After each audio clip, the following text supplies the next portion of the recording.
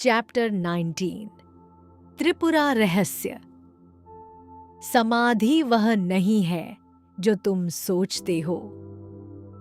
अध्याय 18 के अंत में परशुराम ने ज्ञानी के 3 वर्गों के बारे में सीखा था। उन्होंने समझ लिया था कि ज्ञान एक है, पर उसकी अभिव्यक्ति शेष संस्कारों, प्रवृत्तियों, वासनाओं और कर्म की गति के अनुसार भिन्न होती है। उन्होंने समझ लिया था कि निम्नतम ज्ञानी अभी भी सुख दुख का अनुभव करता है, मध्यम ज्ञानी अप्रभावित रहता है और उच्चतम ज्ञानी दर्पण के समान है, सब कुछ प्रतिबिंबित करता है पर किसी से जुड़ा नहीं। पर अब परशुराम के मन में एक नया प्रश्न है। वे समाधि के बारे में और जानना चाहते हैं। आत्मा में लीन होने की अवस्था, सच्ची समाधि क्या है? यह हठयोगियों द्वारा प्राप्त अवस्थाओं से कैसे भिन्न है और ज्ञानी की समाधि निद्रा से कैसे भिन्न है? दत्तात्रेय उत्तर देते हैं और एक ऐसी शिक्षा प्रदान करते हैं जो ज्ञान योगी की समाधि को हठयोगी की समाधि और निद्रा से स्पष्ट रूप से अलग करती है। वे समझाते हैं कि सच्ची समाधि कोई अस्थायी अवस्था नहीं है जिसे बलपूर्वक प्राप्त किया जाए, बल्कि आत्मा में स्वाभाविक स्थिरता है, अखंड, अपरिवर्तनीय और मुक्त। गंधमादन पर्वत। परशुराम दत्तात्रेय के सामने बैठे हैं। उनके प्रश्न और गहरे हो रहे हैं, उनकी समझ बढ़ रही है। वे बहुत दूर आ चुके हैं, एक क्रोध से भरे योद्धा से एक देवी के प्रति समर्पित सन्यासी तक, और अब अपने गुरु के चरणों में बैठे एक साधक तक। अब वे अनुभूति के हृदय को समझना चाहते हैं। गुरुदेव, मैंने ज्ञानी के 3 वर्गों के बारे में आपकी शिक्षा सुनी है। मैं समझता हूं कि ज्ञान एक है, पर उसकी अभिव्यक्ति भिन्न होती है। मैं समझता हूं कि निम्नतम वर्ग अभी भी सुख दुख का अनुभव करता है, मध्यम वर्ग अप्रभावित रहता है और उच्चतम वर्ग दर्पण के समान है। परंतु अब मैं समाधि को समझना चाहता हूं। आपने इसके बारे में कई बार कहा है। आपने कहा है कि क्षणिक समाधि दैनिक जीवन में भी होती है, कि निद्रा समाधि नहीं है और कि ज्ञानी सक्रिय रहते हुए भी समाधि में स्थित रहता है। सच्ची समाधि क्या है? यह हठयोगियों द्वारा प्राप्त अवस्थाओं से कैसे भिन्न है? यह निद्रा से कैसे भिन्न है? और ज्ञानी के 3 वर्गों में समाधि कैसे भिन्न होती है? कृपया मुझे यह समझाइए। मैं इसे गहराई से समझना चाहता हूं। यह परिपक्व साधक का प्रश्न है। परशुराम केवल अनुभूत व्यक्तियों की अवस्थाओं को ही नहीं, बल्कि स्वयं उस अवस्था के स्वरूप को जानना चाहते हैं। यह समाधि क्या है जिसके बारे में आशी बोलते हैं, और यह अन्य उपायों से प्राप्त स्थिरता से कैसे भिन्न है? दत्तात्रेय का उत्तर भ्रम को भेद देता है। तुमने एक अत्यंत गहन प्रश्न पूछा है, राम। यही वह प्रश्न है जो सच्चे ज्ञान और अस्थायी अवस्थाओं में भेद करता है।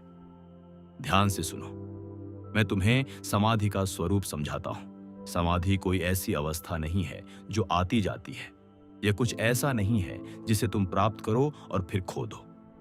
समाधि आत्मा की स्वाभाविक अवस्था है, शुद्ध जागरूकता, जो विषयों से रहित है, अखंड है, अपरिवर्तनीय है। ज्ञानी के लिए, जिसने आत्मा को जान लिया है, समाधि कोई क्रिया नहीं है। ये वही है जो वह है। जब वह संसार में संलग्न होता है, जब वह सक्रिय होता है, जब वह सोचता और अनुभव करता प्रतीत होता है, तब भी वह समाधि में स्थित रहता है। वह दर्पण के समान है, सब प्रतिबिंबित करता है, पर अपनी प्रकृति से कभी विचलित नहीं होता। यह अध्याय 19 की पहली शिक्षा है। समाधि कोई अवस्था नहीं, यह आत्मा है। यह कुछ ऐसा नहीं है जिसमें तुम प्रवेश करते हो और बाहर निकलते हो। यह कुछ ऐसा नहीं है जिसे प्रयास से प्राप्त किया जाए। यह वही है जो तुम हो सदैव, चाहे तुम इसे जानो या नहीं। अंतर केवल पहचान का है। जब तुम स्वयं को आत्मा के रूप में जानते हो, तब तुम जान लेते हो कि तुमने कभी समाधि को छोड़ा ही नहीं, तुमने केवल उसे भूल गए थे। पर यदि समाधि आत्मा की स्वाभाविक अवस्था है, तो हम उसे हमेशा अनुभव क्यों नहीं करते? हम विस्मृति में क्यों गिरते हैं? क्योंकि मन चंचल है, क्योंकि अज्ञान का आवरण आत्मा को ढक देता है। क्योंकि हम बाहर की ओर देखने के अभ्यस्त हैं, वस्तुओं, विचारों, अनुभवों की ओर। समाधि कोई ऐसी चीज नहीं है जिसे हमें बनाना है। ये वही है जो हम पहले से हैं। हमें केवल उन बाधाओं को हटाना है जो इसे छिपाती हैं। स्थिरता के दो मार्ग हैं। वे भिन्न अनुभवों की ओर ले जाते हैं। हठयोगी का मार्ग। हठयोगी शरीर और श्वास को नियंत्रित करके मन को नियंत्रित करने का प्रयास करता है। वह आसन, प्राणायाम और एकाग्रता का अभ्यास करता है। वह मन को बलपूर्वक स्थिर करता है। दीर्घ अभ्यास के बाद मन स्थिर हो जाता है। चंचलता समाप्त हो जाती है। योगी गहन शांति की अवस्था में प्रवेश करता है। वह महान शांति, महान आनंद का अनुभव करता है, परंतु अज्ञान का आवरण बना रहता है। आत्मा पहचानी नहीं जाती। ये ऐसे है जैसे पतले सफेद बादलों के पीछे सूर्य दिखाई देता है, पर स्पष्ट नहीं। ज्ञान योगी का मार्ग। ज्ञान योगी आत्मा को जानने का प्रयास करता है। वह गुरु से सत्य सुनता है, उस पर मनन करता है, उसका चिंतन करता है। वह मन को बलपूर्वक नहीं बल्कि पहचान के द्वारा भीतर की ओर मोड़ता है। जब मन स्थिर होता है तो अज्ञान का आवरण हट जाता है। आत्मा स्पष्ट रूप से चमकती है जैसे स्वच्छ आकाश में सूर्य। यही सच्ची समाधि है। यही पहचान है, मैं वही हूं, मैं सदैव से वही हूं, मैं मुक्त हूं। यह अध्याय 19 की दूसरी शिक्षा है।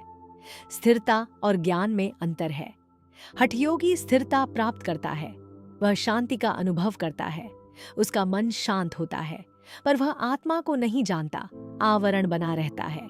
वह उस व्यक्ति के समान है जिसने दर्पण को साफ किया है, पर यह नहीं जानता कि वह दर्पण है। ज्ञान योगी न केवल दर्पण को साफ करता है, बल्कि उसे पहचानता भी है। वह जानता है, मैं दर्पण हूं, मैं प्रतिबिंब नहीं हूं, मैं शुद्ध, स्वच्छ, अपरिवर्तनीय हूं। तो हठयोगी स्थिरता प्राप्त करता है, पर ज्ञान नहीं। वह शांति का अनुभव करता है, पर मुक्ति नहीं। हां, हठयोगी एक स्थिर अवस्था प्राप्त करता है। उसका मन शांत होता है, उसका शरीर नियंत्रित होता है, पर वह आत्मा को नहीं जानता। वह स्थिर मन के आनंद का अनुभव करता है, पर उसे मुक्ति समझ लेता है। जब वह समाधि से बाहर आता है तो पुराने संस्कार लौट आते हैं। उसे अस्थायी राहत मिली है, पर स्थायी स्वतंत्रता नहीं। दूसरी ओर ज्ञान योगी ज्ञान प्राप्त करता है। वह आत्मा को जानता है। उसकी स्थिरता बलपूर्वक नहीं, स्वाभाविक होती है। जब वह समाधि से बाहर आता है तब भी ज्ञान बना रहता है। वह मुक्त है। आपने कहा कि हठयोगी की समाधि पतले बादलों के पीछे सूर्य के समान है और निद्रा घने अंधकारमय बादलों के पीछे सूर्य के समान है। पर क्या हठयोगी की समाधि और निद्रा में कोई अंतर है? हां, अंतर है, पर यह प्रकार का नहीं बल्कि मात्रा का अंतर है। निद्रा में मन गहन अज्ञान में डूबा होता है। आवरण घना, अंधकारमय और भारी होता है। आत्मा बिल्कुल भी दिखाई नहीं देती। अनुभव अंधकार और शून्यता का होता है। हठयोगी की समाधि में मन स्थिर होता है, पर आवरण पतला होता है। आत्मा दिखाई देती है, पर स्पष्ट नहीं। यह पतले बादलों के पीछे सूर्य के समान है। तुम जानते हो कि वह है, पर उसे स्पष्ट नहीं देख पाते। ज्ञान योगी की समाधि में आवरण समाप्त हो जाता है। आत्मा स्पष्ट रूप से चमकती है, जैसे स्वच्छ आकाश में सूर्य। यह अध्याय 19 की तीसरी शिक्षा है। निद्रा, हठयोग समाधि और ज्ञान समाधि के बीच अंतर आवरण की मोटाई में है। निद्रा घना अंधकार है, सूर्य बिल्कुल नहीं दिखता। हठयोग समाधि पतले बादल हैं, सूर्य दिखता है पर स्पष्ट नहीं। ज्ञान समाधि स्वच्छ आकाश है, सूर्य बिना किसी बाधा के चमकता है। तो हठयोगी की समाधि एक प्रकार की सूक्ष्म निद्रा है। यह स्थिरता है, पर ज्ञान नहीं। दत्तात्रेय, हां, यह गहरी नींद के समान है, पर मोटे आवरण के स्थान पर पतला आवरण होता है। योगी शांति का अनुभव करता है, पर मुक्ति का नहीं। उसने मन को नियंत्रित किया है, पर आत्मा को नहीं जाना है। अब मुझे ज्ञानी के 3 वर्गों के बारे में बताइए। उनकी समाधि में क्या अंतर है? निम्नतम वर्ग, आने जाने वाली समाधि। निम्नतम वर्ग का ज्ञानी आत्मा को जान चुका है, पर उसका मन अभी भी सक्रिय है। जब वह ध्यान में बैठता है तो समाधि का अनुभव करता है, पर जब वह संसार में प्रवृत्त होता है तो भूल जाता है। उसकी समाधि दीपक की तरह है जो टिमटिमाता है, कभी तेज कभी मंद। यह ज्ञानी अभ्यास करता है। वह स्थिरता में बैठता है, आत्मा में विश्राम करता है, पर जब उठता है तो पुरानी आदतें उसे वापस खींच लेती हैं।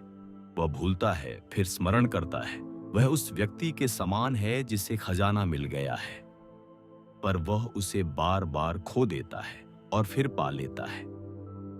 यह अध्याय 19 की चौथी शिक्षा है। निम्नतम ज्ञानी की समाधि टिमटिमाती है। उसने आत्मा को देखा है, वह उसे जानता है, पर मन अभी भी सक्रिय है। पुरानी आदतें अभी भी खींचती हैं।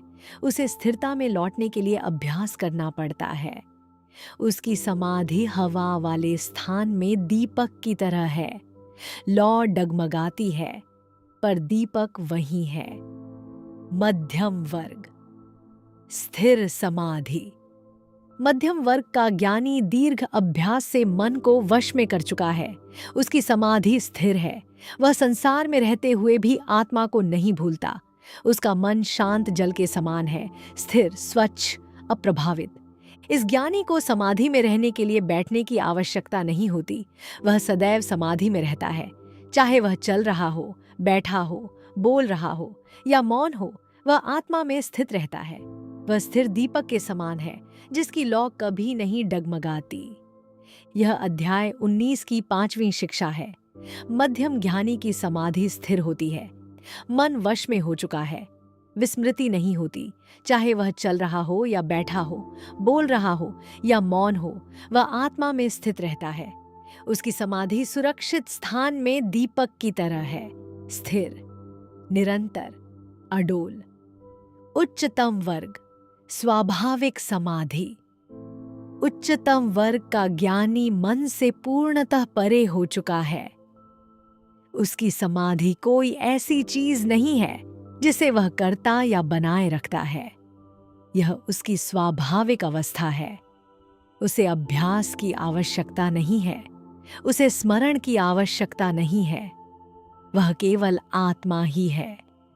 यह ज्ञानी एक साथ सैकड़ों कार्यों में संलग्न हो सकता है, फिर भी भीतर पूर्णतः स्थिर रहता है। वह दर्पण के समान है, सब कुछ प्रतिबिंबित करता है पर किसी से जुड़ा नहीं। वह समुद्र के समान है, लहरें उठती हैं और गिरती हैं, पर समुद्र वहीं रहता है। वह आकाश के समान है, बादल आते हैं और जाते हैं, पर आकाश अछूता रहता है।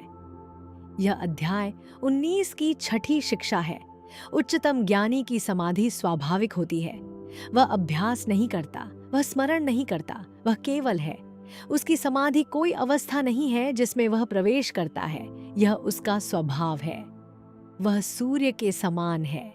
वह सूर्य बनने का प्रयास नहीं करता, वह सूर्य ही है। वह आकाश के समान है। वह आकाश बनने का प्रयास नहीं करता, वह आकाश ही है।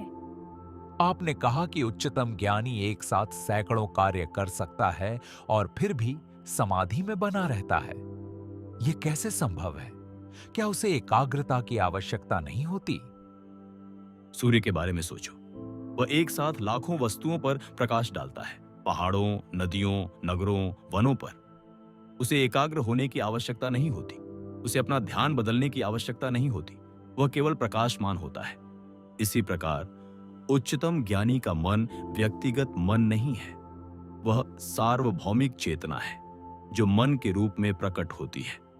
उसे एकाग्र होने की आवश्यकता नहीं होती। उसे ध्यान बदलने की आवश्यकता नहीं होती। वह केवल प्रकाशित करता है। एक दर्पण के बारे में सोचो। वह एक साथ अनेक प्रतिबिंबों को दिखाता है। पूरा कक्ष, प्रत्येक वस्तु, प्रत्येक व्यक्ति। वह किसी एक पर ध्यान केंद्रित नहीं करता और दूसरों को छोड़ नहीं देता। वह सबको समान रूप से प्रतिबिंबित करता है। इसी प्रकार उच्चतम ज्ञानी की चेतना सबको समान रूप से धारण करती है। वह किसी एक को नहीं चुनता। उसे ध्यान केंद्रित करने की आवश्यकता नहीं होती। वह केवल जागरूक रहता है। यह अध्याय 19 की 7वीं शिक्षा है। उच्चतम ज्ञानी की चेतना व्यक्तिगत नहीं, सार्वभौमिक होती है। वह सूर्य के समान है, बिना भेदभाव के सब पर प्रकाश डालता है। वह दर्पण के समान है, बिना पक्षपात के सबको प्रतिबिंबित करता है। वहाँ कोई वह नहीं है जो एकाग्र होता है, केवल चेतना है जो प्रकाशित हो रही है। और उसके कर्म, वह बिना एकाग्रता के कैसे कार्य करता है? उसके कर्म स्वाभाविक होते हैं। वे आत्मा से उत्पन्न होते हैं, अहंकार से नहीं। वह वायु के समान है, वह बहती है, पर यह नहीं चुनती कि कहाँ बहे। वह नदी के समान है, वह बहती है, पर यह निर्णय नहीं करती कि कहाँ जाए। उच्चतम ज्ञानी ने कर्तापन की भावना का त्याग कर दिया है। वह जानता है, मैं कर्ता नहीं हूं, कर्म होते हैं, वे आत्मा से उत्पन्न होते हैं, आत्मा में ही लौट जाते हैं। मैं आत्मा हूं, मैं मुक्त हूं। भाग 7। हठयोग समाधि और ज्ञान समाधि के बीच अंतर। आपने ज्ञानी के 3 वर्गों को समझाया है। अब मुझे हठयोगी की समाधि और ज्ञान योगी की समाधि के बीच और अंतर बताइए। क्या उनमें कोई समानता है? क्या हठयोगी के अभ्यास का कोई लाभ है? हठयोगी का अभ्यास लाभदायक है। ये मन को शांत करता है, शरीर को स्वास्थ्य देता है, शांति का अनुभव कराता है, पर यह मुक्ति नहीं देता। केवल ज्ञान ही मुक्ति देता है। दर्पण का उदाहरण। एक दर्पण की कल्पना करो जो धूल से ढका हुआ है। हठयोगी उस धूल को साफ करता है। वह दर्पण को स्वच्छ बना देता है, पर दर्पण अभी भी दर्पण ही है। वह स्वयं को नहीं जानता। वह प्रतिबिंब दिखाता है, पर यह नहीं जानता कि वह प्रतिबिंबित कर रहा है। ज्ञान योगी न केवल धूल को साफ करता है, बल्कि दर्पण को पहचानता भी है। वह जानता है, मैं दर्पण हूं, मैं प्रतिबिंब नहीं हूं, मैं शुद्ध, स्वच्छ, अपरिवर्तनीय हूं। यह अध्याय 19 की 8वीं शिक्षा है। हठयोगी दर्पण को साफ करता है, ज्ञान योगी दर्पण को जानता है। दोनों में स्थिरता है, दोनों में स्पष्टता है, पर एक के पास ज्ञान है, दूसरे के पास नहीं। हठयोगी स्थिर मन की शांति का अनुभव करता है, ज्ञान योगी आत्मा को जानता है। सूर्य का उदाहरण। सूर्य को बादलों के पीछे सोचो। हठयोगी बादलों को पतला कर देता है। सूर्य दिखाई देता है पर स्पष्ट नहीं। वह शांति का अनुभव करता है, पर सूर्य को नहीं जानता। ज्ञान योगी बादलों को पूरी तरह हटा देता है। सूर्य स्पष्ट रूप से चमकता है। वह जानता है, मैं सूर्य हूं, मैं बादल नहीं हूं, मैं स्वयं प्रकाश हूं। आपने ज्ञानी के 3 वर्गों का वर्णन किया है। आपने हठयोग समाधि और ज्ञान समाधि में भेद बताया है। अब बताइए, ज्ञानी की अवस्था क्या है? वह कैसे जीता है? वह संसार के साथ कैसे संबंध रखता है? ज्ञानी संसार में रहता है, पर संसार का नहीं होता। वह जल में कमल पत्र के समान है, जल में है, पर जल उसे स्पर्श नहीं करता। वह हवा वाले स्थान में दीपक के समान है। लौ डगमगाती है, पर दीपक स्वयं नहीं हिलता। वह सुख और दुहक का अनुभव करता है, पर वे उसे बांधते नहीं। वह कर्म करता है, पर कर्म से आसक्त नहीं होता। वह प्रेम करता है, पर प्रेम से बंधता नहीं। वह दर्पण के समान है, सब कुछ प्रतिबिंबित करता है, पर किसी से जुड़ा नहीं। यह अध्याय 19 की 9वीं शिक्षा है। ज्ञानी संसार में स्वतंत्र है। वह संसार से भागता नहीं। वह उसमें पूर्ण रूप से जीता है, पूरी तरह, संपूर्ण रूप से, पर वह उससे बंधा नहीं होता। वह कमलपत्र के समान है, जल में, पर जल से अछूता। वह दर्पण के समान है, सब कुछ प्रतिबिंबित करता है, पर किसी से जुड़ा नहीं। और उसका शरीर, क्या वह उसकी देखभाल करता है? क्या वह उसके दुख में दुख अनुभव करता है? ज्ञानी जानता है कि शरीर वह स्वयं नहीं है। वह उसकी देखभाल एक उपकरण के रूप में करता है, एक साधन के रूप में, दूसरों की सेवा के लिए एक माध्यम के रूप में, पर वह उससे आसक्त नहीं होता। जब शरीर कष्ट पाता है, वह जानता है, शरीर कष्ट पा रहा है, मैं शरीर नहीं हूं, मैं अछूता हूं। निम्नतम ज्ञानी के लिए शरीर का कष्ट दुहा के रूप में अनुभव हो सकता है, पर वह उसे बांधता नहीं। वह जानता है कि यह केवल एक प्रकट रूप है। मध्यम ज्ञानी के लिए कष्ट स्पष्ट रूप से अनुभव होता है। वह गहरी नींद में व्यक्ति के समान है। हवा उसे छूती है, पर वह जागता नहीं। उच्चतम ज्ञानी के लिए कष्ट अवास्तविक प्रतीत होता है।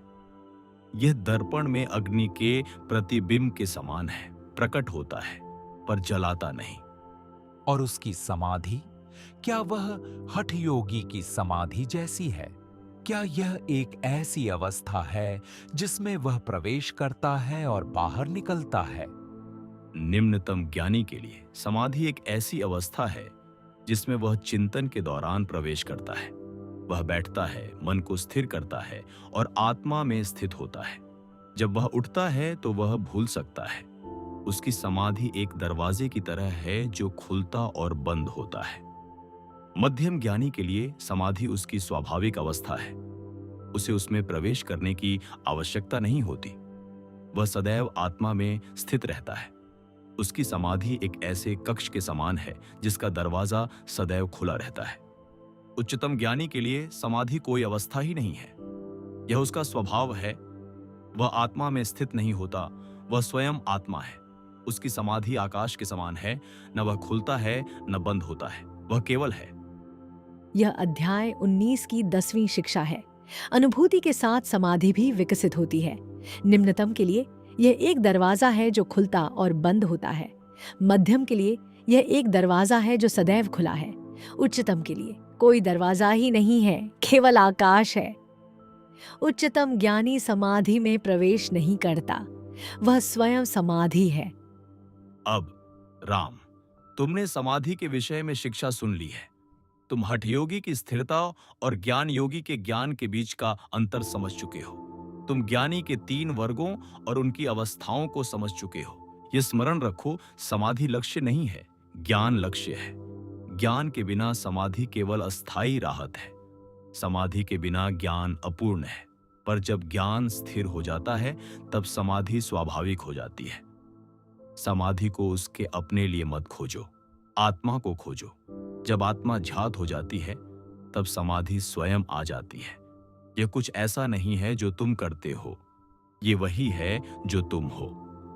यह अध्याय 19 की 11वीं शिक्षा है। आत्मा को खोजो, समाधि को नहीं। ज्ञान के बिना समाधि अस्थायी है।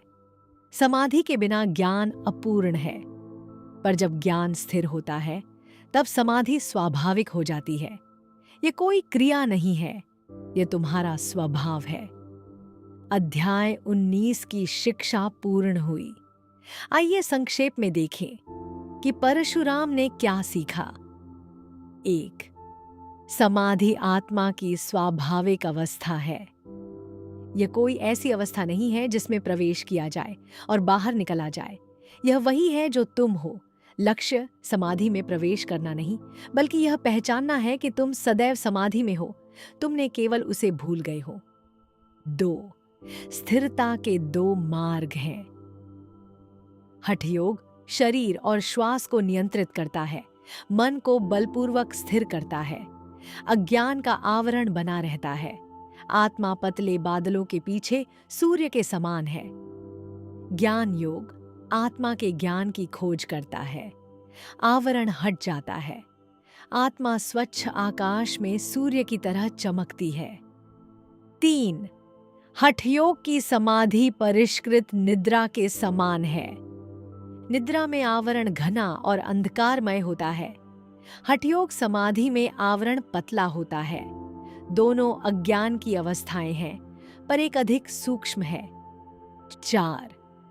ज्ञानी के 3 वर्ग और उनकी समाधि। निम्नतम समाधि आती जाती है, संसार में लगते ही भूल जाता है, अभ्यास द्वारा लौटता है।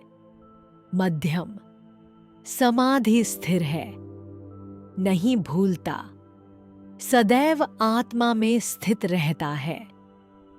उच्चतम समाधि स्वाभाविक है, कोई अभ्यास नहीं, कोई प्रयास नहीं, वही आत्मा है। 5. क्रिया में समाधि। उच्चतम ज्ञानी एक साथ अनेक कार्य कर सकता है, फिर भी भीतर पूर्णतः स्थिर रहता है। वह दर्पण के समान है, सब कुछ प्रतिबिंबित करता है पर किसी से जुड़ा नहीं। वह सूर्य के समान है, सब पर चमकता है पर अछूता रहता है। नमस्ते। ज्ञान लक्ष्य है, समाधि नहीं। ज्ञान के बिना समाधि अस्थायी राहत है, समाधि के बिना ज्ञान अपूर्ण है। पर जब ज्ञान स्थिर हो जाता है तब समाधि स्वाभाविक हो जाती है। 7. ज्ञानी स्वतंत्र है, वह संसार में रहता है पर संसार का नहीं होता। वह सुख और दुख का अनुभव करता है पर उनसे बंधता नहीं। वह कर्म करता है पर आसक्त नहीं होता। वह प्रेम करता है पर बंधता नहीं। वह मुक्त है। अध्याय 19 का परिशिष्ट इस शिक्षा को और गहराई देता है। यह बताता है कि हठयोगी के लिए यद्यपि अज्ञान की विक्षेप शक्ति समाप्त हो जाती है, आवरण शक्ति बनी रहती है। आत्मा पतले सफेद बादलों के पीछे सूर्य के समान छिपी रहती है। ज्ञान योगी के लिए चिंतन की प्रक्रिया में ही आवरण शक्ति समाप्त हो जाती है, जिससे समाधि की अंतिम अवस्था में कुछ भी शेष नहीं रहता। आत्मा पूर्णतः स्पष्ट रूप से प्रकट होती है, जैसे स्वच्छ आकाश में सूर्य। गहरी निद्रा में आत्मा घने अज्ञान के अंधकार से ढकी रहती है, जैसे बहुत घने काले बादलों के पीछे सूर्य। हठयोग समाधि में यद्यपि आत्मा सात्विक मन द्वारा प्रकट होती है, फिर भी स्पष्ट नहीं होती, जैसे पतले सफेद बादलों के पीछे सूर्य। ज्ञान योग समाधि में मन पूर्णतः सात्विक हो जाता है और अज्ञान का आवरण हट जाता है, जिससे आत्मा पूर्णतः स्पष्ट रूप से चमकती है, जैसे स्वच्छ आकाश में सूर्य। और इस प्रकार अध्याय 19 के अंत में परशुराम को समाधि की अंतिम शिक्षा प्राप्त होती है। वह हठयोगी की स्थिरता और ज्ञान योगी के ज्ञान के बीच का अंतर समझता है। वह ज्ञानी के 3 वर्गों और उनकी अवस्थाओं को समझता है। वह समझता है कि समाधि लक्ष्य नहीं है, ज्ञान लक्ष्य है। और जब ज्ञान स्थिर हो जाता है तब समाधि स्वाभाविक हो जाती है। एक शांत क्षण लो और चिंतन करो। अस्थायी स्थिरता को मुक्ति मत समझो, परिष्कृत निद्रा को जागरण मत समझो। हठयोगी शांति का अनुभव करता है पर स्वतंत्रता का नहीं। वह दर्पण को साफ करता है पर यह नहीं जानता कि वह दर्पण है। ज्ञान को खोजो, आत्मा को खोजो। जब आत्मा झांत हो जाती है तब समाधि स्वयं आ जाती है। यह कुछ ऐसा नहीं है जो तुम करते हो, यह वही है जो तुम हो। अध्याय 20 में दत्तात्रेय विद्या गीता प्रस्तुत करेंगे, ज्ञान का गीत, एक ऐसी शिक्षा जो स्वयं देवी से आती है। यह अध्याय त्रिपुरा रहस्य का हृदय है, जिसमें अब तक की सभी शिक्षाओं का सार निहित है। पर अभी इस शिक्षा के साथ बैठो, इसे अपने भीतर कार्य करने दो, आत्मा को खोजो, समाधि को स्वयं आने दो। इस प्रकार त्रिपुरा रहस्य का 19वां अध्याय समाप्त होता है, जिसे समाधि के लक्षण और ज्ञानी में भेद के नाम से जाना जाता है। जो साधक प्रश्न लेकर आया था उसने समाधि की गहनतम समझ प्राप्त कर ली। जो गुरु उपमाओं में बोलते थे उन्होंने स्थिरता और ज्ञान के बीच का अंतर प्रकट कर दिया। और यह यात्रा इच्छा के राज्य से आत्मा की स्वतंत्रता तक अब अपने शिखर पर पहुंच गई है। यदि इस शिक्षा ने तुम्हारे भीतर कुछ स्पर्श किया है तो उसे होने दो, इसके साथ बैठो, इसे कार्य करने दो। समाधि को मत खोजो, आत्मा को खोजो। जब आत्मा झांत हो जाती है तब समाधि स्वाभाविक हो जाती है। यह कोई क्रिया नहीं है, यह वही है जो तुम हो। पढ़ने के लिए धन्यवाद। ज्ञान प्रकट हो, समाधि स्वाभाविक हो। तुम उसी में विश्राम करो जो तुम सदा से हो। शांति, शांति, शांति।